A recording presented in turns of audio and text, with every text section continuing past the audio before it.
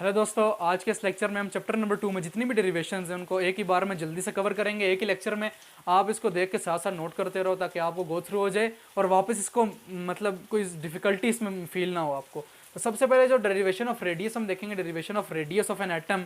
Atom का सबसे पहले मैं रेडियस की बात करूँ तो रेडियस क्या होता है दोस्तों? ये जो सेंटर से लेकर बाउंड्री तक जो डिस्टेंस होता है इसको रेडियस बोलते हैं। हमने एटम का रेडियस फाइंड करना था, उसके लिए डेरिवेशन अभी हम निकालते हैं। तो दोस्तों आपको पता है कि जो एटम होता है, यहाँ पे सेंटर में इसके प्रोटॉन होते हैं, इसको हम न्यूक्लियस बोलते हैं, और साइड पे इलेक्ट्रॉन होते हैं, शेल्स में रिवॉल्व कर रहे होते हैं। यहाँ तक बात आपको पता है दोस्तों? मुझे पता है, उम्मीद है पता है। अब जो इन दोनों के दरमियान जो दोस्तों पॉजिटिव नेगेटिव के दरमियान जो फोर्स होती है उसे हम बोलते हैं कूलम फोर्स, इलेक्ट्रोस्टैटिक फोर्स। ये आपको पता है दोस्तों, चार्जेस के दरमियान फोर्स होती है। ठीक हो गया दोस्तों? और एक फोर्स जब ये इलेक्ट्रॉन यहाँ मूव करेगा सर्कल में तो उसको बाहर की तरफ भी एक फोर्स लगेगी। उस फोर्स को क्या बोलते हैं दोस्तों? Centrifugal force. क्या बोलते हैं? Centrifugal force. मैं यहाँ पे लिख देता हूँ आपकी आसानी के लिए, सेंट्रीफ्यूगल फोर्स बोलते हैं। अब दोस्तों आपको पता है कि ये दोनों चीज़ें रेस्ट पे हैं। रेस्ट से मुराद मेरा कि मतलब ना इलेक्ट्रॉन सेंट्रीफ्यूगल फोर्स की वजह से बाहर खींचा हुआ जा रहा है, बाहर नहीं जा रहा, ना वो इलेक्ट्रोस्टैटिक या कूलम फोर्स की वजह से अंदर इनकी यूं अट्रैक्शन हो रही है, ना ये यूं और अट्रैक्शन हो रही है ना बाहर जा रहे हैं। इसका मतलब है दोनों फोर्सेस बराबर हैं, तभी तो ये दोनों रेस्ट पे हैं। तो हम इसकी डेरिवेशन में सबसे पहले लिख लेते हैं कूलम फोर्स बराबर है दोस्तों किसके? सेंट्रीफ्यूगल फोर्स के। सेंट्रीफ्यूगल फोर्स का फॉर्मूला क्या होता है? mv² divided by R. और कूलम फोर्स क्या होती है दोस्तों? आपने कूलम लॉ पढ़ा होगा, उसमें वो कहता है चार्जेस को मल्टीप्लाई करा दो। अब इसमें पॉजिटिव चार्ज को हम ई प्लस कंसीडर कर लेते हैं, नेगेटिव जो इलेक्ट्रॉन है इसको ई नेगेटिव, और Z atomic number divided by क्या होता है दोस्तों? आर का स्क्वायर। और यहाँ पे पीछे के भी आता था कांस्टेंट। हम दोनों को इस तरह लिख लेते हैं यहाँ पे जल्दी से, के जेड ई मल्टीप्लाई होगा ई का स्क्वायर डिवाइडेड बाय आर, और multi is equal to M V square divided by R. अच्छा दोस्तों, के किसके बराबर होता है? के बराबर, के की वैल्यू बराबर होती है 1/4 पाई एप्सिलम नॉट। इसकी जगह मैं लिख सकता हूँ 1/4 pi epsilon naught Z E का स्क्वायर डिवाइडेड बाय आर, उसी तरह is equal to M B square divide by R. यहाँ तक दोस्तों बात क्लियर हो गई। हमने फाइंड क्या करना है? हमने आर रेडियस फाइंड करना है। अब यहाँ पे दोस्तों एम वी स्क्वायर, ये आर स्क्वायर यहाँ पे, सॉरी था आर स्क्वायर। अब आर स्क्वायर है यहाँ पे दो, यहाँ पे आर का स्क्वायर है और यहाँ पे आर एक है, तो मैं एक दोनों को काट देंगे। यहाँ पे एक आर बच जाएगा, तो हमने आर को अब निकालना है तो आर उस साइड ले जाएंगे, तो यहाँ पे बचेगा जेड ई का स्क्वायर दोस्तों। ठीक हो गया, 4 पाई एप्सिलम नॉट, उसी तरह आर उधर चला जाएगा और एम वी स्क्वायर इधर नीचे आ जाएगा, एम वी स्क्वायर इधर आ जाएगा, और is equal to R. R का दोस्तों हमारे पास फॉर्मूला निकला है यहाँ तक। आगे फर्दर इसको ड्राइव करते हैं। आर ही हमारा रेडियस है मेन जो हमने फाइंड करना है। अब आपने बोहर का जो एटॉमिक मॉडल है उसमें पढ़ा होगा, उसने बताया था कि जो एंगुलर मोमेंटम होता है एम वी आर, वो बराबर होता है एन एच बाय 2 पाई। उसने फॉर्मूला दिया हुआ है, इसका पढ़ लेना आप, एन एच बाय 2 पाई। इसमें से हम v की वैल्यू निकालेंगे क्योंकि हमने यहाँ पे v की वैल्यू इसमें हम दोस्तों पुट करेंगे। v की वैल्यू किस तरह निकालेंगे? इस तरह रहेगा, एम आर जाके नीचे इधर 2 पाई के साथ मल्टीप्लाई हो जाएगा, N H divided by 2 pi M R. v की वैल्यू आ गई मेरे दोस्तों। अब हम क्या करेंगे? इस v की जगह इसकी वैल्यू डाल देंगे, तो z ई स्क्वायर, उसी तरह 4 पाई एप्सिलम नॉट, उसी तरह m, उसी तरह v की वैल्यू डालते हैं N H by 2 pi M R. v के ऊपर स्क्वायर था, इधर स्क्वायर इसी तरह लिख देंगे, बिल्कुल r हो जाएगा। यहाँ तक दोस्तों क्लियर हो गया? आप इसको साथ साथ नोट करते रहो। आगे हम क्या करेंगे? अब r हमने फाइंड करना है दोस्तों, तो अब इसका स्क्वायर इस तरह स्क्वायर लेंगे तो हो जाएगा।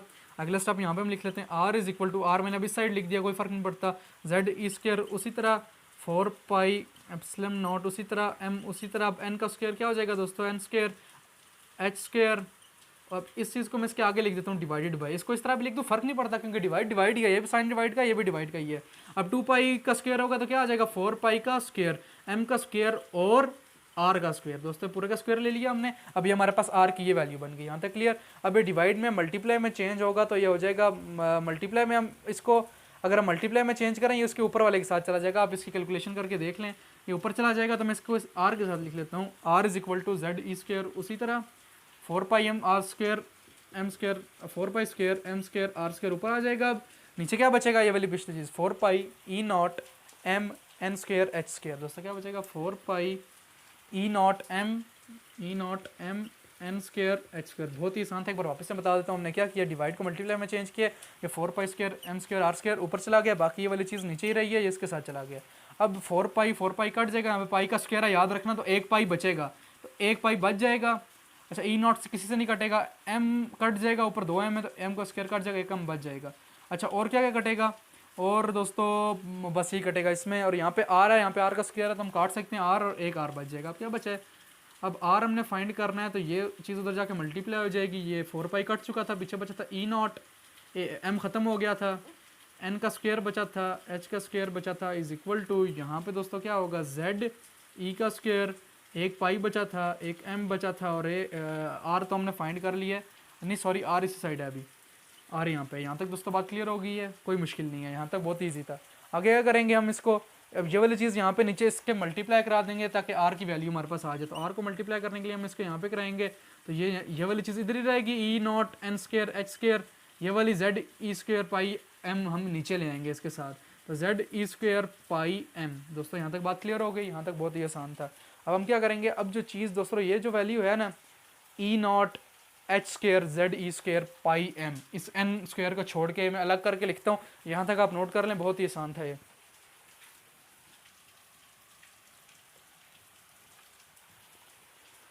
दोस्तों मैं इसको यहाँ से नीचे को इस तरह यहाँ से ऊपर ले आता हूँ, R is equal to E naught का स्क्वायर, ई नॉट का स्क्वायर नहीं है sorry, E naught H square divided by Z E का स्क्वायर पाई और दोस्तों एम, और यहाँ पे क्या बचा है, एन का स्क्वायर। अब जो ये वैल्यू है दोस्तों Z1 के बराबर है, इसकी जगह 1 लिख देता हूँ, Z1 के बराबर होता है हाइड्रोजन आइटम के लिए, हम इसको 1 लिख देते हैं, ये चीज़ खत्म हो जाएगी। अब ये चीज़ होती है E naught H square E naught H का स्क्वायर और ई स्क्वायर पाई एम का, ये बराबर होती है एंगस्ट्रम के, ए नॉट के। दोस्तों किसके बराबर होती है, ए नॉट एंगस्ट्रम। इसकी जगह हम लिख लेंगे, हमारे पास रेडियस फाइंड करने के लिए ये फार्मूला दोस्तों बन गया। ये इसकी वैल्यू बराबर होती है 0.529 मल्टीप्लाई 10⁻⁻10 एंगस्ट्रम, इसके बराबर, सॉरी एंगस्ट्रम नहीं, 10⁻⁻10। अगर आप 10⁻⁻10 को कन्वर्ट करोगे तो 0.529 एंगस्ट्रम हो जाएगी इसकी वैल्यू। ठीक हो गया दोस्तों। तो ये ए नॉट की हमारे पास जो एक्सपेरिमेंटली डिटरमाइंड वैल्यू है वो ये है, और ए नॉट इसके बराबर होता है, इसके हमने ए नॉट लिख दिया। एन का स्क्वायर उसी तरह, एन अब डिपेंड करता है कि कौन सा आगे एन की वैल्यू क्या है। एन की वैल्यू अगर आप यहाँ पे पुट कर दो, अगर एन 1 के बराबर है तो ए नॉट की तो वैल्यू हमारे पास है 0.529 मल्टीप्लाई 10⁻⁻10, तो यहाँ पे एन की वैल्यू 1 पुट कर लो, आपका रेडियस आ जाएगा। तो बहुत ही आसान था दोस्तों। अब अगली डेरिवेशन करते हैं, जब तक आप इसको भी नोट कर लें। तो हम देखते हैं इसकी दूसरी derivation of energy of orbit. अब ऑर्बिट की हम एनर्जी फाइंड करेंगे, पहले हम रेडियस कर चुके हैं, तो इसके रेडिएशन एनर्जी फाइंड करने के लिए दोस्तों एनर्जी टोटल हमने फाइंड करनी है, वो total energy kinetic energy plus potential energy का सम होता है। दोस्तों किसका सम होता है, दोनों को हमें सम करना पड़ता है। काइनेटिक एनर्जी का फॉर्मूला दोस्तों क्या होता है, 1/2 mv का स्क्वायर। क्या हो गया, 1/2 mv का स्क्वायर, यहाँ तक बहुत आसान। प्लस जो पोटेंशियल एनर्जी की वैल्यू है दोस्तों आपने वो याद करनी है, वो होगी नेगेटिव में हम लेंगे, नेगेटिव जेड ई का square divided by 4 pi epsilon naught R. यहाँ पे आर आएगा, ये आपने याद रखनी है अच्छी तरीके से, पोटेंशियल एनर्जी की वैल्यू ये याद रख ली, पूरी इसकी डेरिवेशन आपकी इजीली हो जाएगी। आगे देखते हैं, दोनों की वैल्यूज पुट करो आप, काइनेटिक एनर्जी की और पोटेंशियल एनर्जी की, यहाँ तक हो गया। अब इन दोनों का दोस्तों अगर आप देखो एम वी स्क्वायर, यहाँ से जो पिछले डेरिवेशन में हमने देखा था कि M V square divide by R जो होती है, इसे हम क्या बोलते हैं, ये होती है सेंट्रीफ्यूगल फोर्स, और ये होती है इलेक्ट्रोस्टैटिक या कूलम फोर्स। हम पहले कर चुके हैं, आपने नोट किया होगा। अब इसमें से अगर एम वी स्क्वायर की वैल्यू हम निकालना चाहिए, आर और दोनों साइड कट जाएगा, यहाँ पे एक आर बच जाएगा, तो क्या बचेगा, एम वी स्क्वायर की value Z square divide by 4 pi E naught R. M V square की वैल्यू क्या थी, ये बन गई, तो इसकी जगह मैं लिख सकता हूँ, वो मैं लिख दूंगा वहाँ पे 1/2। उसी तरह एम वी स्क्वायर की जगह दोस्तों मैं क्या लिखूँ, जेड ई का square divided by 4 pi epsilon naught R, plus उसी तरह माइनस का साइन इसके साथ, इसी तरह minus Z D 4 square 4 pi epsilon naught R. Potential energy की वैल्यू मैंने बिल्कुल उसी तरह लिख दी। आगे क्या करेंगे अब दोस्तों, अगर आप देखो हमारे पास अब दो चीज़ें बन गई हैं, प्लस से पहले प्लस के बाद, एक ये टर्म बन गई है और एक ये टर्म बन गई है। इसमें क्या चीज़ आपको एक जैसी लग रही है दोस्तों, इसमें आपको Z square divide by 4 pi E R दोस्तों बिल्कुल एक जैसा है। तो हम ये कॉमन ले लेंगे, क्या ले लेंगे दोस्तों, कि दोनों के पास Z E square divided by 4 pi E naught R तो है, ये हम बाहर निकाल लेते हैं। क्या निकाल लेते हैं, बाहर निकाल लेते हैं। अब इस वाले डब्बे के पास जो है क्या बच जाएगा, 1/2 बच जाएगा, और इसके पास क्या बच जाएगा, सिर्फ 1 बच जाएगा, लेकिन माइनस का 1 क्योंकि माइनस है, तो 1/2 माइनस 1 के नीचे कुछ नहीं है, तो हम क्या लगा देते होते हैं, 1 लगा देते होते हैं। तो बहुत आसान स्टेप था। इस कैल्शियम ले लो 2, 1 कैल्शियम 2 आएगा, 2 कितने ज़ार 2 होता है, 1 ज़ार, इसको 1 से मल्टीप्लाई करो 1 आ जाएगा, साइन माइनस का था तो माइनस का नीचे 1 कितने ज़ार 2 होता है, 2 ज़ार, इसको 2 से मल्टीप्लाई करो 1 2 ज़ार 2, तो अब 1 2 से निकालोगे तो -1 आ जाएगा, -1/2, -1/2 को इससे मल्टीप्लाई करो, माइनस ऊपर -1 ऊपर वाले के साथ मल्टीप्लाई होगा तो क्या हो जाएगा, माइनस जेड ई का स्क्वायर, 1 की वैल्यू तो कोई नहीं होती, 2 नीचे वाले के साथ 4 के साथ मल्टीप्लाई होगा दोस्तों, क्या आ जाएगा 8 पाई, उसी तरह एप्सिलॉन नॉट उस तरह और उस तरह। आपके पास अभी तक एनर्जी की यहाँ तक वैल्यू ड्राइव हो चुकी है दोस्तों। तो दोस्तों अभी हमने इसमें यहाँ पे एक गलती की है, आर की वैल्यू में, आर की वैल्यू जो है वो हमने शिफ्ट करके लिख दी है यहाँ पे चेंज होगी इसकी वैल्यू। ये वैल्यू है 1/r की, आर की नहीं सॉरी 1/r की है। अब यहाँ पे हम 1/r की जगह जो 1/r यहाँ पे है 1/r, इसकी जगह वैल्यू पुट कर देंगे माइनस जेड ई का स्क्वायर, उसी तरह 8 पाई एप्सिलॉन नॉट, उसी तरह मल्टीप्लाई जो 1/r ये था दोस्तों, जो r यहाँ पे इस तरह भी लिख दूँ अलग करके, बात खैर है कुछ भी नहीं है। तो 1/r की जगह अब इसकी जब मैं वैल्यू डालूंगा तो 1/r की जगह क्या वैल्यू आएगी, वही पाई एम ई का स्क्वायर डिवाइडेड बाय ई नॉट एन का स्क्वायर और एच का स्क्वायर। यहाँ तक दोस्तों बहुत ही आसान था, उम्मीद करता हूँ समझ आया होगा। अब इनको मल्टीप्लाई कर दो, ई स्क्वायर से मल्टीप्लाई होगा, हो जाएगा E4 एम, उसी तरह आ जाएगा पाई, उसी तरह आ जाएगा जेड बी, जेड पाई एम E4 माइनस साइन पीछे, और मैं लाइन लगा दी अगले स्टेप के लिए, इक्वल टू नीचे क्या आ जाएगा ई नॉट मल्टीप्लाई होगा, ई नॉट का स्क्वायर हो जाएगा, एन स्क्वायर एच स्क्वायर उसी तरह, एन स्क्वायर एच स्क्वायर उसी तरह, 8 पाई दोस्तों आ गया। ठीक हो गया दोस्तों। अब हम क्या करेंगे, पाई और पाई कटता है यहाँ पे, तो पाई पाई हम काट देंगे, पाई और पाई कट जाएंगे, इसमें पाई पाई कट जाएंगे, जेड एम E4 बच गया, जेड की वैल्यू 1 होती है तो इसकी 1 लिख देंगे, यानी ये ख़त्म हो जाएगा, आप इसकी जगह 1 लिख दो अगले स्टेप में। तो अब बचेगा ME4 divide by 8 E naught का स्क्वायर, मैं यहाँ पे लिखता हूँ इसको। क्या बचा दोस्तों हमारे पास, एनर्जी की जो वैल्यू है वो कहाँ तक हम लेके जा चुके हैं, ME4, जेड तो 1 के बराबर होता है इसलिए हम 1 लिख देंगे, ME4 बचा, माइनस का साइन पीछे रहेगा, नीचे 8 क्योंकि पाई पाई काट गया था तो 8 ई नॉट का स्क्वायर, एन का स्क्वायर एच का स्क्वायर, ई नॉट एन का स्क्वायर एच का स्क्वायर। दोस्तों यहाँ तक कितना आसान था, यहाँ तक बस हमने इसकी एनर्जी की वैल्यू निकाल दी। अब आगे हमने करना क्या दोस्तों, आगे जो है E naught N naught H, N का स्क्वायर और एच का स्क्वायर, तो इसको हम अलग करके लिखेंगे, साइन नेगेटिव का पीछे उस तरह रहेगा, E is equal to negative sign ME4 इसी तरह आएगा दोस्तों, ई नॉट और एच का स्क्वायर 1/n स्क्वायर हमने बाहर करके लिख दिए, बात कोई नहीं है, फर्क कोई नहीं पड़ता, इस तरह भी ठीक है, क्योंकि जब मल्टीप्लाई होगा एन स्क्वायर वापस इधर आ जाएगा, उसका मसला कोई नहीं है, मल्टीप्लाई होकर वापस इधर ही आ जाएगा। लेकिन जो ये वैल्यू है ना दोस्तों ME4 ई नॉट एच स्क्वायर, ये एक्सपेरिमेंटली प्रूव है 2.718 की वैल्यू देख लेते हैं, 2.18 मल्टीप्लाई 10 पावर माइनस 18, यह 2.18 मल्टीप्लाई 10 पावर माइनस 18 जोल के बराबर होती है, लेकिन साइन पीछे माइनस का था, माइनस उस तरह लगा लेंगे।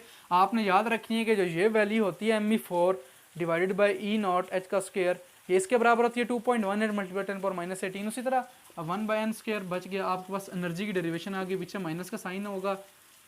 अब आप इसमें आपके पास अगर n का वैल्यू है तो आप एनर्जी फाइंड कर सकते हो। दोस्तों हम देखते हैं इसकी डेरिवेशन, जो तीसरी डेरिवेशन है डिफरेंस, एनर्जी डिफरेंस हमने निकालना है, 2 ऑर्बिट्स की डेरिवेशन निकालनी है, ये बहुत ही आसान है, 2 ऑर्बिट का एनर्जी डिफरेंस निकालना है। जो E होता है एनर्जी, मतलब हमने 2 ऑर्बिट्स की निकालनी है, आपको सपोज ऑर्बिट E2 है और एक E1, इन दो की ऑर्बिट की E1 E2 की एनर्जी आपने निकालनी है 2 ऑर्बिट्स की, delta E is equal to इनकी हमने डिफरेंस निकालना है। E की वैल्यू हम पहले फाइंड कर चुके हैं, E is equal to ME4 divided by 8 E naught N square H square के बराबर होता है, पीछे नेगेटिव साइन होता है, ड्राइव हम कर चुके हैं, इसमें उम्मीद करता हूँ कि मसला नहीं होगा।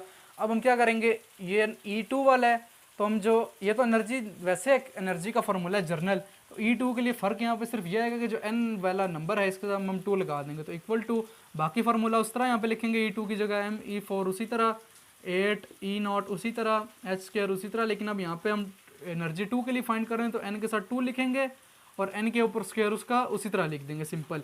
आगे हम क्या करेंगे, हम बीच में जो माइनस का साइन उस तरह जो आ रहा है वो लगाएंगे।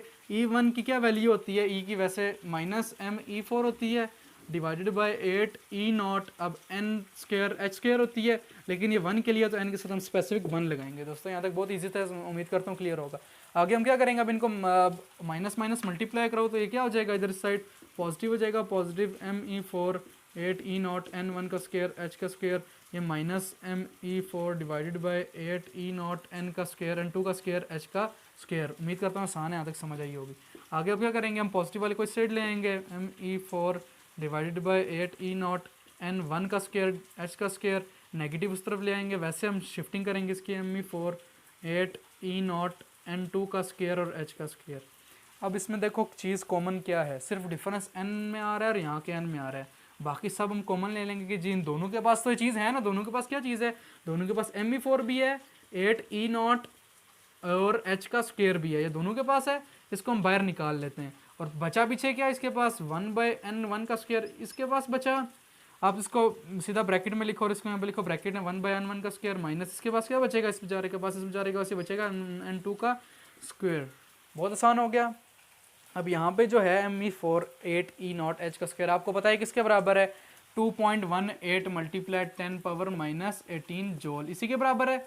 इसकी जगह इसकी वैल्यू लिख दो 2.18 मल्टीप्लाई 10⁻⁻18 जूल, और ये आगे लिख दो तो आपका फार्मूला बन जाएगा। तो ये डेरिवेशन बहुत आसान थी, जो आगे दो रह गई हैं वो भी जल्दी से हम 2 मिनट में कवर करते हैं, आप ये नोट कर लें। तो हम देखेंगे आखिरी हमारी दो रह गई डेरिवेशन ऑफ फ्रीक्वेंसी और derivation of wave number. Frequency हमने किससे फाइंड करनी है, प्लैंक क्वांटम थ्योरी थी, एनर्जी डायरेक्टली प्रोपोर्शनल होती है, फ्रीक्वेंसी वी के, उसको ख़त्म करने के लिए हम लगाएंगे कांस्टेंट एच वी। हमने वी इसमें फ्रीक्वेंसी फाइंड करनी है, ई हम ऑलरेडी फाइंड कर चुके हैं। ई का फार्मूला क्या होता है दोस्तों, ME4 divided by 8 pi epsilon naught H का स्क्वायर, सॉरी पाई नहीं आता इसमें, सिर्फ 8 एप्सिलॉन नॉट एच का square is equal to, sorry इसके साथ अभी हम पीछे फाइंड किया 1/n1 का स्क्वायर माइनस n1/n2 का स्क्वायर, यही फाइंड हुआ इक्वल टू एच वी। उसी तरह हम लिख देंगे दोस्तों। यहाँ तक क्लियर होगी बात, बहुत ही आसान था। आगे हम क्या करेंगे, आगे जो एच है वो इस साइड मल्टीप्लाई बस करा देंगे सिंपल। मैं इस चीज़ को इस तरफ शुरू में पहले लिख लेता हूँ, एच वी इसी तरह रहेगा equal to ME4 8E0 H का स्क्वायर और 1/n1 का स्क्वायर माइनस 1/n2 का स्क्वायर। एच यहाँ पे आके मल्टीप्लाई हो जाएगा, वी की हमारे पास वैल्यू आ जाएगी ME4 is equal to 8E0 H का स्क्वायर, एच मल्टीप्लाई हो जाएगा, H3 हो जाएगा 1/n1 का स्क्वायर माइनस 1/n2 का स्क्वायर। आपके पास फ्रीक्वेंसी की डेरिवेशन आ गई दोस्तों, ये इतना ही था बस, बहुत ईजी है। अब डेरिवेशन ऑफ वेव नंबर हम फाइंड करेंगे। Frequency is equal to product of wave number multiply speed of C, speed of light है। इसमें हमने अब जो वेव नंबर फाइंड करना है, वी की हमारे पास वैल्यू क्या थी, ये हम इसको यहाँ पे पुट कर देंगे ME4 divided bye 8E0 H के H3, सॉरी हाँ H3 ऊपर ही आएगा, इसको मैंने नीचे लिख दिया, H3 आएगा सॉरी, और 1/n1 का स्क्वायर माइनस 1/n2 का square is equal to wave number और सी। अब सी इस साइड आके मल्टीप्लाई हो जाएगा तो क्या हो जाएगा, ME4 दोस्तों 8 उसी तरह, E0 उसी तरह, H3 उसी तरह, साथ सी आ जाएगा और 1/n1 का स्क्वायर उसी तरह माइनस 1/n2 का स्क्वायर उसी तरह इज इक्वल टू, अब पीछे वेव नंबर वी बच जाएगा। इसी का हमने फाइंड करना है, अब इसको हम शुरू में करके लिख लेते हैं। Wave number is equal to, अब जो दोस्तों ये जो चीज़ है ना ME4, और इसको हम लिख लेते हैं खैर, ME4 divide by 8E0 H3 और C, और बाकी में सेम बिल्कुल वैसे लिख लिया 1/n1 का स्क्वायर डिवाइड बाई 1/n2 का स्क्वायर। अब ये एक्सपेरिमेंटली प्रूव ये चीज़ है कि ME4 है वो 8πE0 H3C के, ये किसके बराबर है, ये बराबर है राइडबर्ग कांस्टेंट, जिसको हम बोलते हैं 1.09 मल्टीप्लाई 10⁻⁷ के बराबर है। किसके बराबर है ये, तो इसकी जगह हम ये लिख देंगे बाकी फार्मूले में, और इसी तरह 1/n1 का स्क्वायर माइनस 1/n2 का स्क्वायर ये लिख देंगे। अब हमारे पास इक्वेशन क्या बन गई, ये इक्वेशन बन गई, और इसकी वैल्यू किसके बराबर होती है, आर, राइडबर्ग कांस्टेंट को हम बोलते हैं राइडबर्ग कांस्टेंट। आपके पास वेव नंबर भी आ गया। उम्मीद करता हूँ दोस्तों सारी डेरिवेशंस आपको समझ आई होंगी। अगर इसमें कोई मसला हो आप कमेंट्स में पूछ सकते हैं। अगले लेक्चर तक के लिए खुदा हाफिज़।